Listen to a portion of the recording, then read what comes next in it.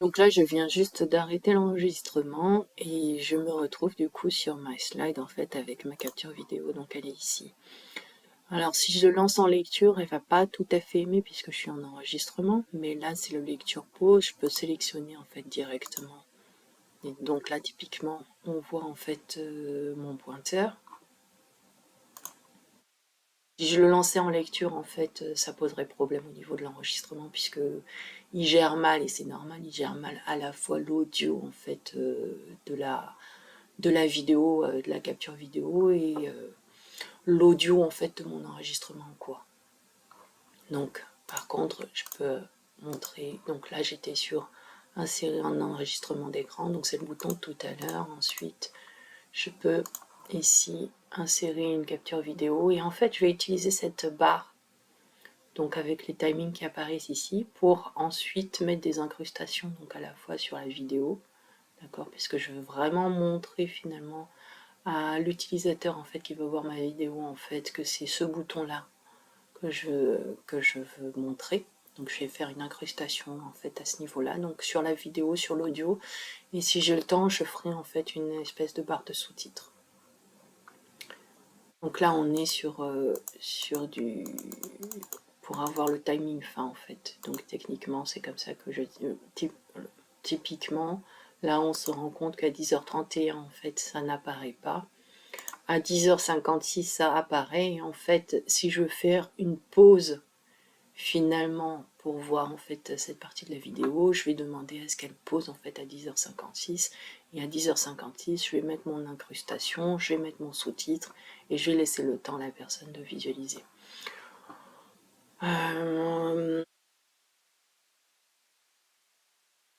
Ça va être la prochaine étape, 10h56.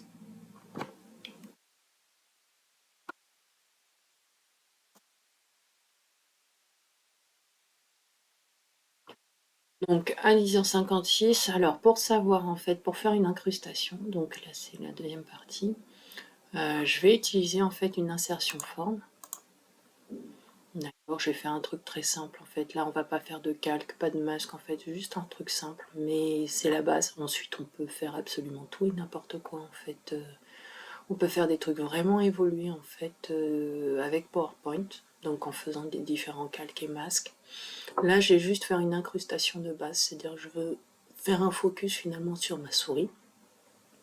Et donc, je vais utiliser en fait, et là, c'est là qu'on se rend compte, c'est que quand je vais le faire, typiquement, mon écran a disparu. Donc, c'est-à-dire qu'il faut que je me remette à 10h56.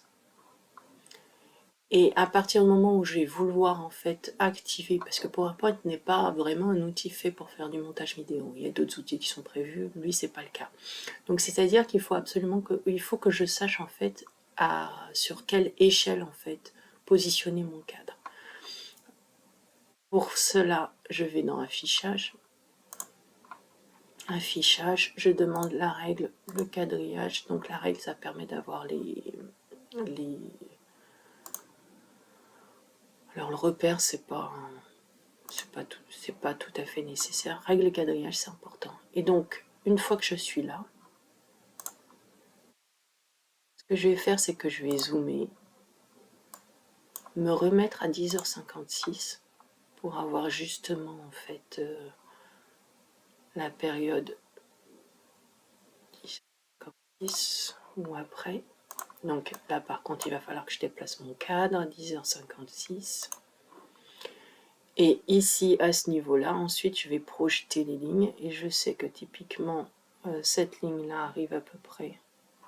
Donc si je me mets là, je vois en fait la projection en rouge. Donc je suis à 3, on va dire 45. 3,45 et ensuite en haut je suis à un peu en dessous de 12, donc de 12 à 16 en haut et ici de 3,45 à un exemple à 6. Donc une fois que j'ai ça, je vais prendre mon cadre, je vais le déplacer, donc on a dit de 16 à 12 et de 3,45 à 6. Je récupère juste en fait les infos que j'ai projetées tout à l'heure en fait. Je vais changer puisque là c'est un cadre plein, donc je fais format de la forme et à partir de là j'ai pas mal de... Donc je vais faire aucun remplissage, je veux juste faire un contour. Ça paraisse bien. Je peux je peux jouer sur la transparence potentiellement, mais là on est plutôt sur des calques, mais c'est pas l'objectif en fait. Et ensuite, si j'ai besoin d'aligner en fait typiquement des cadres entre eux, ou si au niveau des positions, j'aligne plusieurs positions, en fait c'est à ce niveau-là que je l'utilise. Donc j'ai positionné mon cadre, je me remets à 10h56, 10h56, donc on n'est pas trop loin, et je regarde l'effet que ça donne. On est toujours sur la vérification de l'effet, et en fait l'effet est là, il y a là. Le cadre, le problème c'est que si je lance en fait ma vidéo, le cadre apparaîtra en fait dès le début, c'est-à-dire que voilà, il est là tout le temps, et c'est assez moche. Moi je veux qu'il n'apparaisse que de 10h56, donc il faut qu'il apparaisse au moins lorsque c'est là, donc 10h56, 70, et ça disparaît, donc à 11h89 c'est là, donc à 12h04 c'est encore là, donc de 10h56 à 12h04 je veux que mon cadre apparaisse. Donc je vais travailler sur le diaporama, sur l'animation. Alors, là j'en ai plusieurs, celui-là je le supprime, c'était quelque chose que j'avais essayé. Enregistrement d'écran, donc ça c'est mon écran, et lui mon enregistrement, je vais le lancer en fait par défaut, donc il va démarrer en fait quand on arrive dans la slide. Ça je le supprime.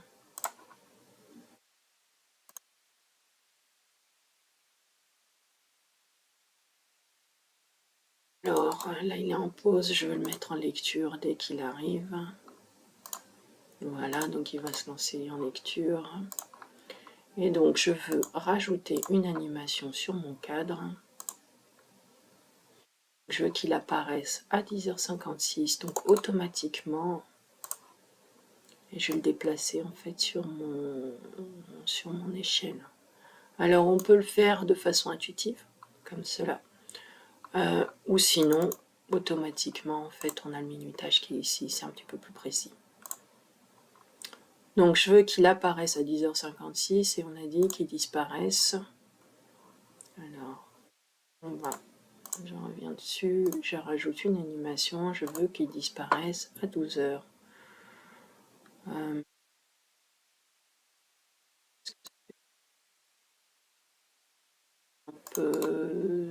va faire une disparition toute simple. Donc je veux qu'il disparaisse de lui-même, et par contre à 12h, à 12 secondes. C'est-à-dire que si je lance,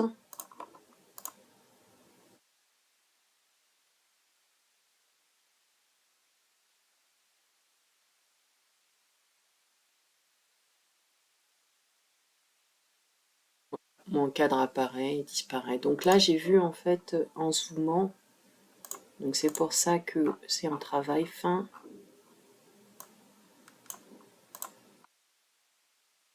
En zoomant, j'ai vu que, donc je vais le relancer. Ah, ok. On va faire comme ça. A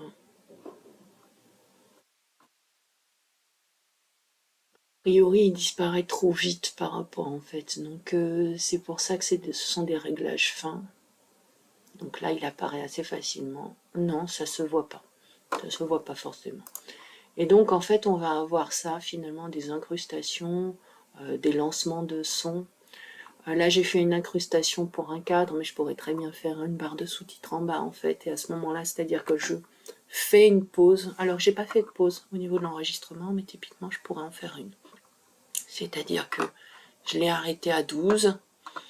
On va faire, pour faire une pause, en fait, je vais m'arrêter sur juste après. Donc, après 12. Donc là, on est à 13.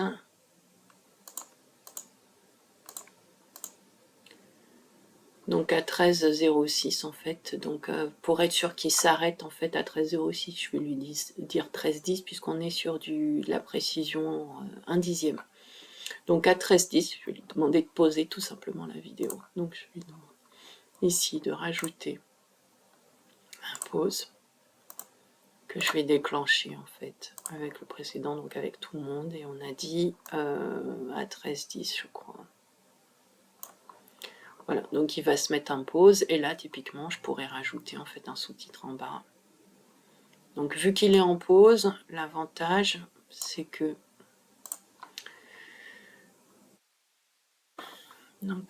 j'ai fait des trucs très simples en fait pour les sous-titres. Des fois faut pas se prendre la tête en fait. Donc pour faire un sous-titre, on a souvent besoin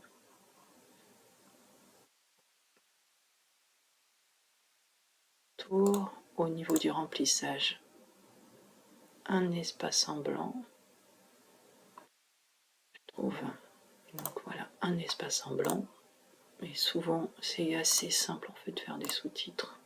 Les sous-titres BDF étaient le code couleur est bleu, donc en fait tout était en bleu. On enlève le contour, donc sans contour, modifier le texte.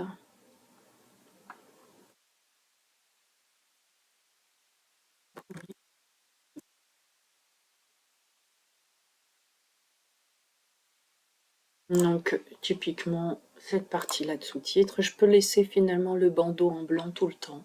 Je peux le faire apparaître, c'est le même principe. Par contre le sous-titre, je peux faire en bandeau ou pas. Là, j'ai pas forcément envie de faire un bandeau sur le sous-titre, donc je vais le faire apparaître en fait. Je suis en pause, donc je vais le faire apparaître juste après. Je crée mon blabla tout simplement comme ça. Donc pour faire apparaître, ça va être dans animation, ajouter une animation, faire apparaître. Donc je peux utiliser, j'ai différents effets pour faire apparaître. Je démarre avec le précédent, j'attends un petit peu. Souvent, et c'est ça les règles en fait, c'est que quand on fait, il faut toujours laisser le temps à l'utilisateur finalement pour prendre note de l'information. Les vidéos ne doivent être ni trop longues ni trop courtes, ne doivent être ni trop lentes ni trop rapides. Donc là typiquement en fait je le fais apparaître directement après. Donc c'est-à-dire que si je lance,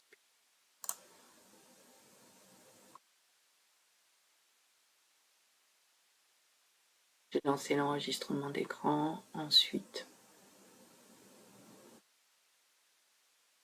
en fait, je fais une incrustation sur la vidéo et là je fais apparaître mon sous-titre. Une fois que j'ai fait tout ça, pour l'exporter, c'est très simple. Exporter, créer une vidéo. Alors, au niveau de la qualité en général, pour les travaux, on va dire, ça prend déjà pas mal de place. Donc, en fait, l'idée, c'est de quand même, sur les vidéos de travail, de le faire en plus petit format possible. Et ensuite, lorsque ça devient vraiment la dernière mouture, ben, le faire finalement dans la résolution en fait, qui est prévue au niveau de l'affichage, au niveau de la diffusion. Donc là, je suis sur une vidéo de travail donc standard. J'ai pas eu besoin d'utiliser le minutage, j'en ai pas utilisé puisqu'en fait je détourne la capacité d'animation en fait pour faire le minutage.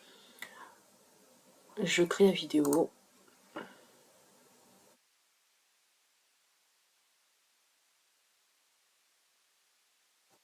Là, automatiquement, il va exporter ma vidéo, donc c'est-à-dire qu'il va créer en fait tous les événements.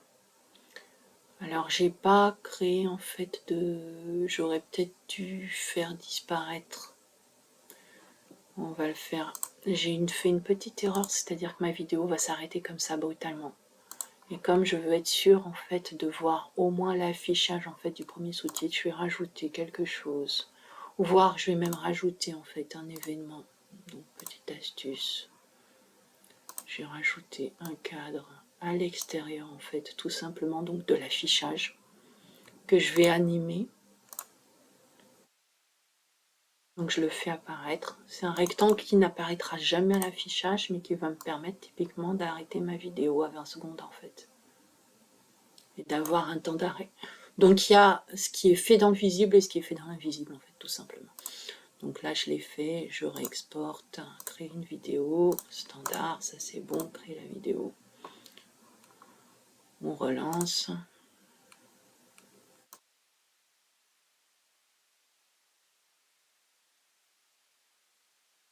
L'export est en cours.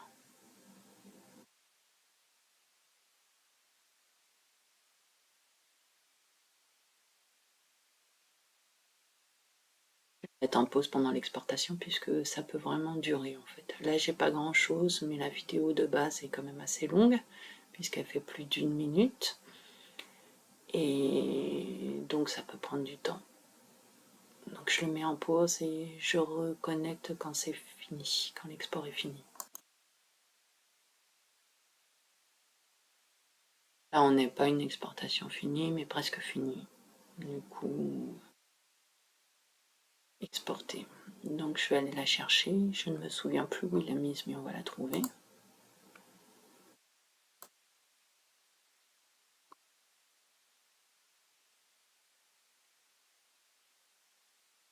Punaise. Je vais mettre en pause le temps de me connecter.